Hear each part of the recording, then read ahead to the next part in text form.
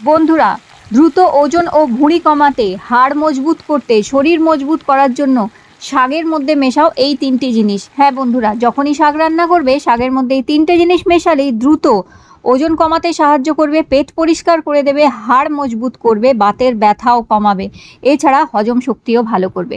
তো বন্ধুরা, সবার প্রথমে আমি এখানে 3-4 রকমের শাক একসাথে কেটে নিয়েছি, যেমন কি লাল শাক, কলমি শাক, এছাড়া লাউ শাক, এরকম ধরনের কয়েক রকমের শাক আছে এখানে। সেটা তোমরা যে কোনো শাকই এখানে নিতে পারো, একরকমও নিতে পারো অথবা 3-4 রকমের শাকও নিয়ে নিতে পারো। এই শাকগুলো ধোয়ার জন্য আমি আজকে এখানে ব্যবহার করেছি দেখো আগারোর সালাদ স্পিনার। এটাতে শাক সবজি ধোয়া ভীষণ সুবিধাজনক। একটি ঝুড়ি পাবে, তার সাথে একটি বড় বাটি। দেখো এই ঝুড়িটা স্পিন করে, যার ফলে শাকের মধ্যে এক্সট্রা জল ভালো করে ঝরিয়ে নেওয়া যায়। তো এইভাবে দেখো আগে জলে ভালো করে শাকটা ধুয়ে নিয়ে এর ঢাকনিটা লাগিয়ে এইভাবে ঘোরালেই এক্সট্রা জল সুন্দরভাবে বার করে পরিষ্কার করে দেয় এবং শাক সুন্দরভাবে পরিষ্কার হয়ে যায়। শাক পাতা, সবজি, ফল, যে কোনো জিনিসের ভালো করে ধুয়ে জল ঝরিয়ে রাখতে খুবই সুবিধা। এটা ভীষণই ভালো হচ্ছে আগারোর এই সালাদ স্পিনারটা। দেখো কত সুন্দরভাবে শাক একদম পরিষ্কারভাবে ধোয়া হয়ে গেছে আর এক্সট্রা জলও দেখো ঝরে বেরিয়ে গেছে।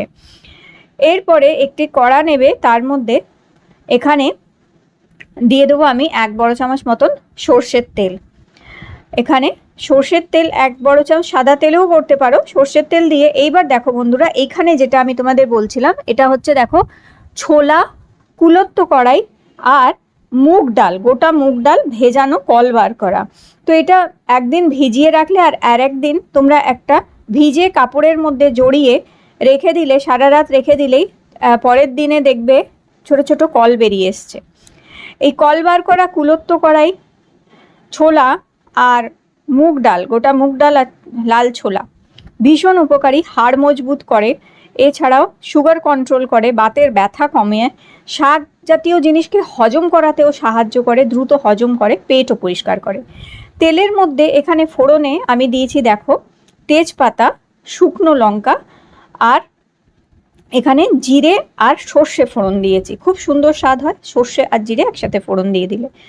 ভালো করে ফোড়ন ভাজার পরে এবারে এখানে শাক দিয়ে দিচ্ছি। এখানে আমি লাউ শাক নিয়েছি, লাল শাক নিয়েছি, আর এছাড়া আমি এখানে কলমি শাক নিয়েছি। এরকম 3-4 রকমের শাক এখানে মেশানো আছে, পালং শাক অল্প একটুখানি, তো নানান রকমের শাক মিশিয়ে নিয়েছি। আর এবার দিয়ে দিয়েছি 1 চামচ নুন স্বাদ মতন, আর ওই ভেজানো ছোলা কড়াইগুলো সব দিয়ে দিলাম। তো বন্ধুরা, এই যে কুলত্ত কড়াই ভীষণ উপকারী, হাড় মজবুত করে, বাতের ব্যথা কমায়, রক্তে শর্করা কমায়, এছাড়াও হজমে সাহায্য করে এবং ওজন নিয়ন্ত্রণ করতে ভীষণ সুন্দরভাবে সাহায্য করে। প্রতিদিন ভাত খাওয়ার সময় ভাতে প্রথমেই পাতে যদি এই শাক ভাজা রাখতে পারো, দেখবে দ্রুত শরীরে পরিবর্তন দেখতে পাবে। একটু হলুদ দিয়ে অল্প একটু জল দিয়ে ঢাকা দিয়ে আমি 5 মিনিট এটা রেখে দিয়েছিলাম। 5-7 মিনিট ঢাকা দিয়ে রাখবে। ভালো করে সেদ্ধ হয়ে গেলে, শাক এবং ছোলা সমস্ত কিছু ভালো মতন নরম হয়ে গেলে, সেদ্ধ হয়ে গেলে সামান্য একটুখানি চিনি দিতে পারো টেস্টটা ব্যালেন্স করার জন্য। মিষ্টিটা পুরোপুরি অপশনাল, চাইলে দিতে পারো, চাইলে বাদ দিতে পারো। একটু মিষ্টি দিয়ে ঢাকা দিয়ে কিছুক্ষণ নাড়াচাড়া করে এইরকমভাবে এই শাক ভাজা তৈরি করে নাও। এই শাক ভীষণ উপকারী, যেমন কি শাকের উপকারিতাগুলো তো এখানে পাচ্ছই, এছাড়াও তোমরা এই যে কড়াইগুলোর উপকারিতাও এখানে পাচ্ছ, যেটা ভীষণ ভীষণ ভালো। প্রত্যেক দিন ভাতে প্রথমেই পাতে অল্প একটু করে খেলে এর ভীষণ ভীষণ উপকারিতা কিন্তু তোমরা পাবে। তো যারাই বাতের ব্যথা অথবা ডায়াবেটিসে ভুগছো অথবা অতিরিক্ত ওজন বেড়ে গেছে, ওজন কমাতে চাইছো, ভুঁড়ি কমাতে চাইছো, তাহলে এরকম ধরনের শাক রান্না করে চাইলে টাটকা টাটকা রোজ রান্না করতে পারো, অথবা একবারে রান্না করে 3 দিন ফ্রিজে রেখে দিও তোমরা প্রত্যেক দিন পাতে অল্প একটুখানি করে নিয়ে খেতে পারো। তাহলে আজকের রেসিপি ভালো লেগে থাকলে লাইক দিও আর চ্যানেল সাবস্ক্রাইব করে রেখো।